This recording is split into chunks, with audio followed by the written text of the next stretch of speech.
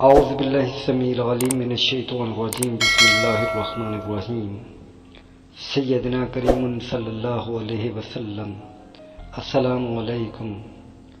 حضرت شاہ حسین المعروف مادو لال حسین رحمۃ اللہ علیہ کی حیات کے متعلق بتایا جائے گا۔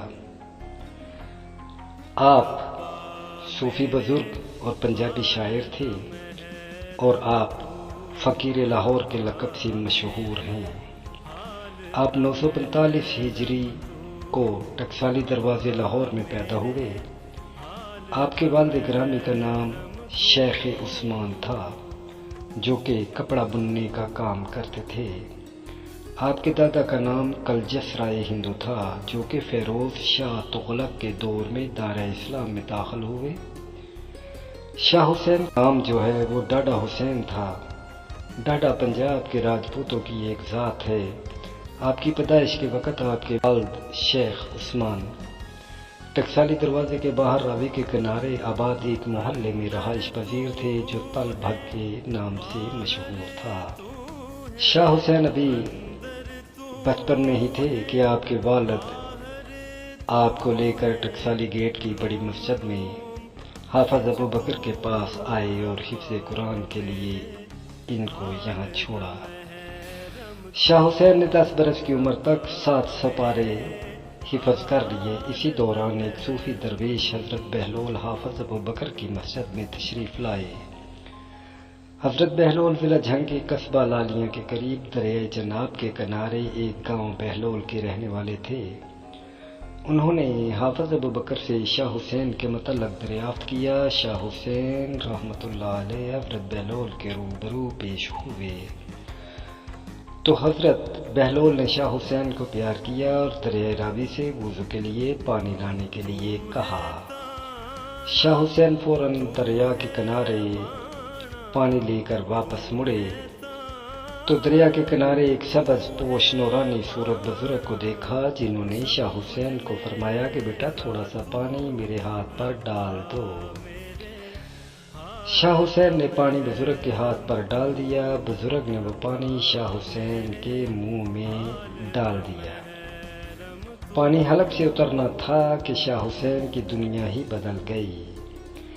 پھر سبز پوش بزرگ نے حضرت خضر کے نام سے اپنا تعارف کروایا اور ہدایت کی کہ پیر و مرشد کے پاس جاؤ اور میرا سلام پیش کرنا۔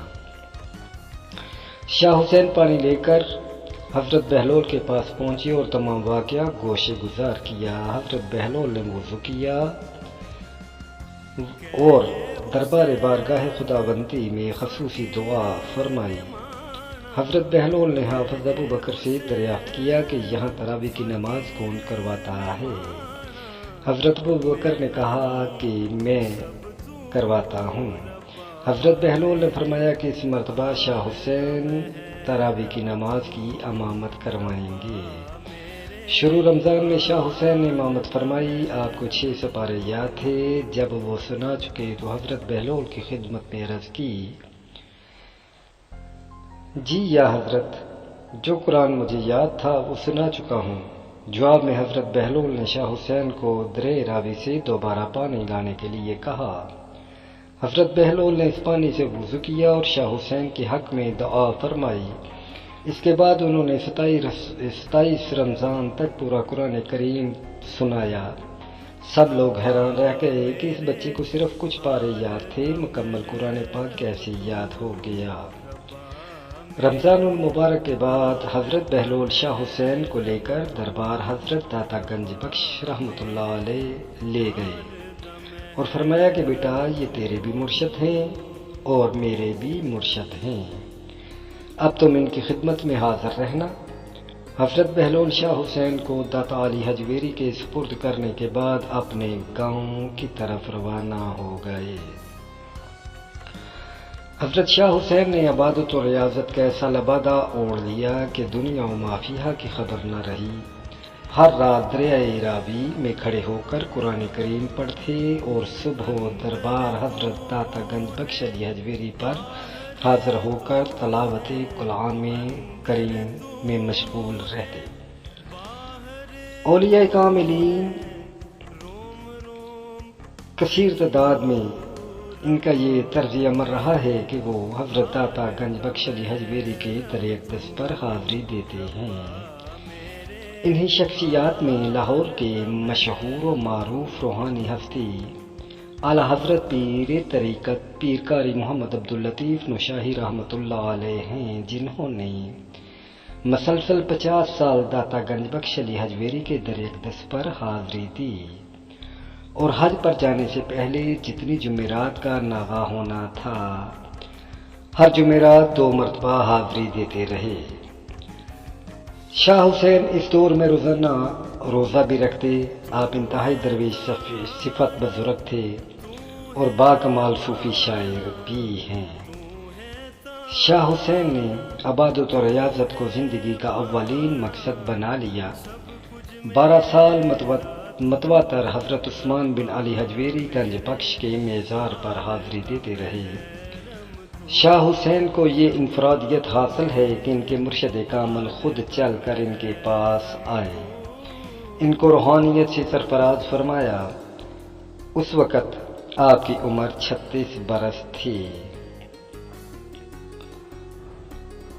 شاہ حسین کا زمانہ مغلیہ سلطنت کے مرکزی علاقوں میں احیاء دین کی تحریکوں کا زمانہ تھا، جس کا رد عمل قادریہ مسلک کی صورت میں مروجہ صوفیانہ بغاوت کے علمدار کی حیثیت سے سامنے آیا۔ اس مسلک کی تشکیل میں بھکتی اثرات کے علاوہ وہ ملامتی مکاتب پہ فکر بھی حصہ لیتے تھے، اور اس نظام فکر کا اولین اظہار شاہ حسین کی صوفیانہ بغاوت کی صورت میں ہوا۔ اس دوران شیخ سعد اللہ نامی ایک درویش لاہور آئے۔ شاہ حسین بھی اپنے خاندانی پس منظر و طبقاتی صورتحال اور شیخ بہلول کے اثرات کی بنا پر بغاوت کی جانب مائل تھے۔ بغاوت کو مجسم دیکھا تو گرویدہ ہو گئے، حقیقت اعلیٰ کا علم عطا کرنے کی التجا کی، تصوف کے رموز جاننا چاہے۔ بزرگ نے تفسیر مدارک اٹھائی اور درس دیتے ہوئے جب وَمَا الْحَيَاةُ الدُّنْيَا إِلَّا لَعِبٌ وَلَهْوٌ تک بات آئی تو کرامت کا ظہور ہوا۔ شاہ حسین نے منادی کی کہ دنیا کھیل تماشا ہے، برتری اور سنجیدگی کے قدم معیار لایعنی ہیں، نصب العین فریب ہیں، زندگی لمحاتی ہے۔ آپ ناچتے کودتے مسجد سے باہر نکلے اور تفسیر مدارک کی کتاب مدرسہ کے باہر واقع کنویں میں پھینک دی۔ شرح و ظاہر کو خیر بات کہا۔ آپ کے ساتھی طالب علم اس بات پر بہت ناراض ہو گئے اور انہوں نے غصہ کا اظہار کیا۔ آپ نے فرمایا، میں اب اس کتاب سے گزرا، اگر تم لوگوں کو مطلوب ہو تو لو۔ یہ کہتے ہوئے پانی کی طرف مخاطب ہو کر کہا، اے پانی، ہمارے دوست کتاب کے پھینکنے پر خفا ہو گئے ہیں، ہماری کتاب واپس دے دے۔ قدرت الہی دیکھیے کہ کتاب کنویں سے باہر آ گئی اور اس کے اوراق بھی خشک تھے۔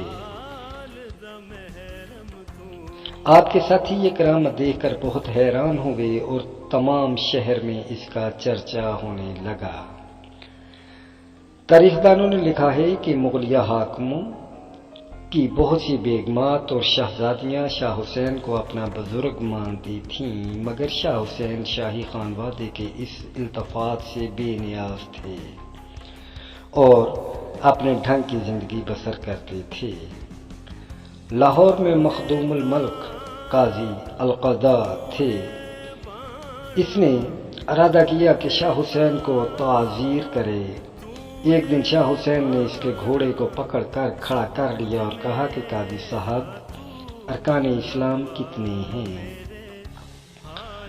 قاضی نے کہا کہ 5، یعنی توحید، حج، زکوٰۃ، نماز اور روزہ۔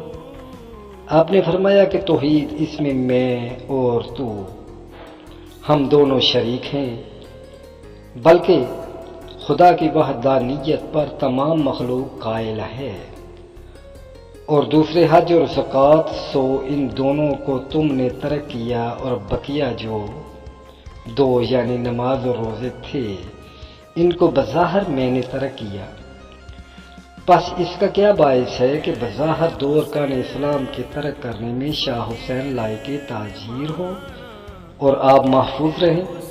یہ سن کر قاضی خاموش ہوئے اور اس کے دل میں کچھ ایسی تاثیر ہوئی کہ اس کے بعد کبھی بھی وہ شاہ حسین کے لیے باعث تکلیف نہ بنا۔ ایک دن اکبر بادشاہ کے حکم کے مطابق دلہ بھٹی کو گرفتار کر کے لاہور لایا گیا۔ حکم شاہی تھا کہ دلہ بھٹی کو پھانسی دی جائے۔ دلہ بھٹی نے شہنشاہ اکبر کے خلاف بغاوت کی ہوئی تھی۔ ملک علی کوتوال دلہ بھٹی کو پھانسی دینے کے واسطے آیا ہوا تھا۔ شاہ حسین بھی وہاں آ پہنچے اور دلہ بھٹی کو دیکھنے لگے۔ لوگ شاہ حسین کے گرد جمع ہوئے تو شاہ حسین نے لوگوں سے کہا کہ دلہ بھٹی پنجاب کا غیرت مند بیٹا ہے۔ پنجاب کا کوئی غیرت مند بیٹا کبھی پنجاب کی سرزمین کو فروخت نہیں کرے گا۔ اور پھر شعر کہا کہ کہے حسین فقیر سائیں دا، تخت نہ مل دے منگے۔ لوگوں نے کوتوال کو خبر دی کہ شاہ حسین کیا کہہ رہے ہیں۔ کوتوال ملک علی نے اسی وقت آپ کو گرفتار کیا۔ بحکم ملک علی شاہ حسین کے پاؤں میں زنجیر ڈالی گئی۔ قدرت الہی سے وہ زنجیر اسی وقت ٹوٹ گئی، پھر پہنائی، پھر ٹوٹ گئی۔ وہ حیران ہوا۔ شاہ حسین نے اسے کہا کہ مجھ کو چھوڑ دے۔ اس نے کہا کہ تو جادوگر ہے، میں تجھے اب ایسی میخ ماروں گا کہ جاں بر نہ ہوگا۔ شاہ حسین نے کہا کہ اس سے پہلے کہ تم مجھے میخ مارو، تم کو میخ لگے گی۔ اسی اثنا میں فرمان اکبر بنام ملک علی پہنچا کہ دلہ بھٹی کو پھانسی جلد تر دی جائے اور دار کھینچے جانے کے وقت دلہ بھٹی جو گفتگو کرے ہم کو اس کی خبر کرو۔ ملک علی نے اسی وقت دلہ بھٹی کو دار پر چڑھایا اور دلہ بھٹی نے بوقت دار اکبر کو ہزارہ گالیاں دی۔ پھانسی دینے کے بعد ملک علی کوتوال نے عرض بحضور اکبر مضمون لکھا کہ بوقت دار دلہ بھٹی نے فلاں فلاں گالیاں آپ کو دی، اور تمام حال حضرت شاہ حسین کا بھی لکھا کہ اس طرح اتنی دفعہ زنجیر اس کے پاؤں سے ٹوٹ گئی تھی۔ جب وہ عرض اکبر نے سنی تو کہنے لگا اس بے شرم ملک علی نے کچھ خیال ادب نہ کیا اور تفصیل وار گالیاں درج عریضہ کر دیں۔ اسی وقت حکم دیا کہ ملک علی کے سفر میں میخیں ٹھونکیں اور اس سے اس کو ماریں۔ الغرض وہ اسی طرح سے مارا گیا اور تمام شہر میں شاہ حسین کی یہ کرامت مشہور ہوئی۔ اور یہ بات جب اکبر بادشاہ تک پہنچی تو وہ سن کر حیران ہوا۔ شاہ حسین پنجاب کے ان سرکردہ صوفیاء میں سے ہیں جنہوں نے پنجاب میں وحدانیت کا پیغام گھر گھر پہنچایا۔ پنجاب کے چند صوفی دانشوروں کی طرح حسینی فکر بھی عقل کی جگہ حس پر زیادہ توجہ دیتی تھی۔ شاہ حسین نے شاعری کو وسیلہ بنایا اور موسیقی امیر شاعری کے ذریعے اپنے افکار و نظریہ کو خاص و عام میں فروغ دینے کی کوشش کی۔ شاہ حسین صاحب حال صوفی تھے، ان پر جو کفیات گزرتی سادہ زبان میں بیان کر دیتے۔ قوت مشاہدہ کی بدولت ان کی شاعری کے سادہ الفاظ میں گہرے معنی پائے جانے لگے اور ان کی قافیوں میں استعمال کیے گئے عام الفاظ علامتوں کا روپ دھارنے لگے۔ اسی طرح پنجاب کے مشہور و معروف بزرگ ہستی حاجی محمد المعروف نوشہر گنج بخش رحمۃ اللہ علیہ ہیں، جو کہ شاہ حسین رحمۃ اللہ علیہ سے 13 سال بعد پیدا ہوئے۔ آپ کی تبلیغ سے 1.25 لاکھ ہندو مسلمان ہوئے۔ نوشہر گنج بخش رحمۃ اللہ علیہ عربی، فارسی، اردو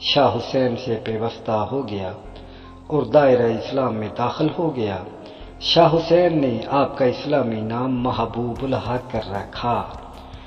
شاہ حسین کی نظر کرم کی بدولت مادو محبوب الحق جلد ہی تصوف کے ذریعہ تصوف کے درجہ کمال کو پہنچے۔ شاہ حسین کے حکم پر انہوں نے 13 سال مغل فوج میں ملازمت بھی اختیار کی تھی۔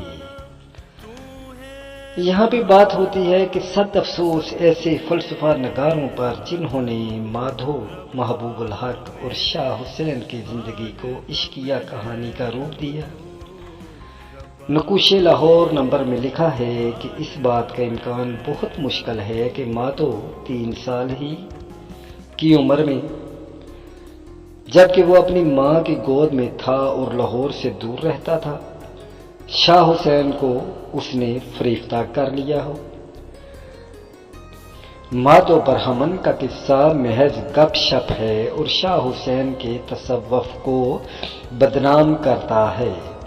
شاہ حسین کی کافیوں میں مادھو کا کبھی ذکر نہیں۔ یہ بات بہت وزن رکھتی ہے کہ اگر شاہ حسین مادھو کے عشق میں اتنے دیوانے تھے تو اپنی شاعری میں کہیں تو اس کے حوالے سے کچھ بیان کیا ہوتا۔ کوئی شاعر اپنے حقیقی یا مجازی محبوب کو شاعری کرتے ہوئے کیسے نظر انداز کر سکتا ہے؟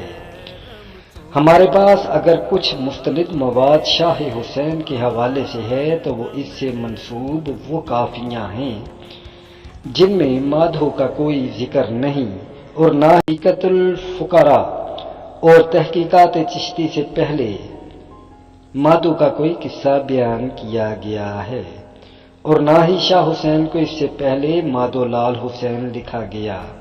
اس لیے کوئی وجہ نہیں کہ اس تاریخی گمراہی کی اصلاح کرتے ہوئے مادھو لال حسین کی بجائے اصل نام شاہ حسین سے ہی ان کو پکارا جائے، لکھا جائے اور حوالہ دیا جائے۔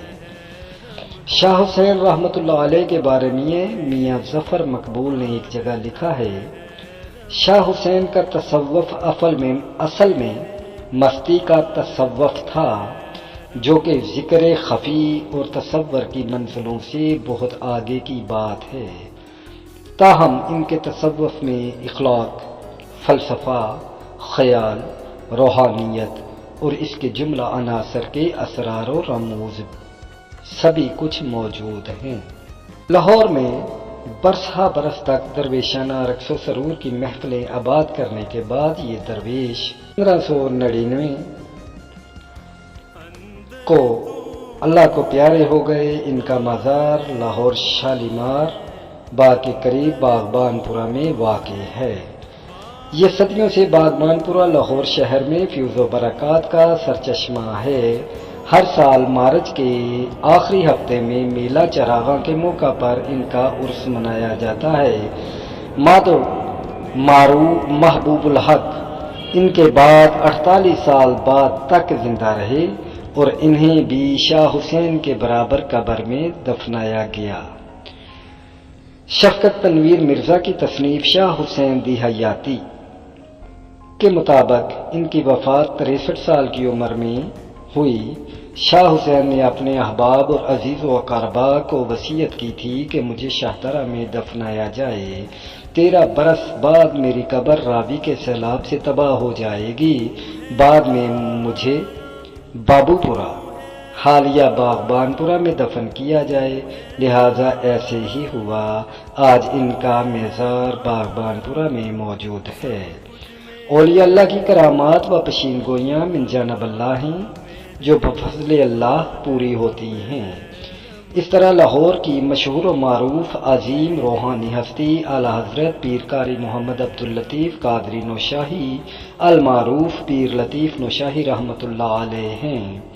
آپ نے تمام زندگی دینی خدمات میں سر انجام دیں۔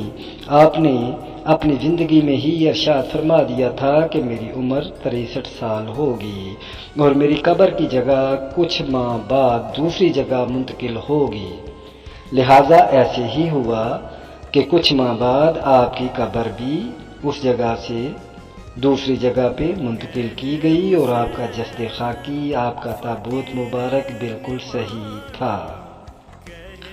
اللہ ہمیں حق سچ پر چلنے کی توفیق عطا فرمائے اور اولیاء کرام کے بتلائے ہوئے رستہ پر چلنے کی توفیق عطا فرمائے، آمین برحمتک یا ارحم الراحمین۔ السلام علیکم۔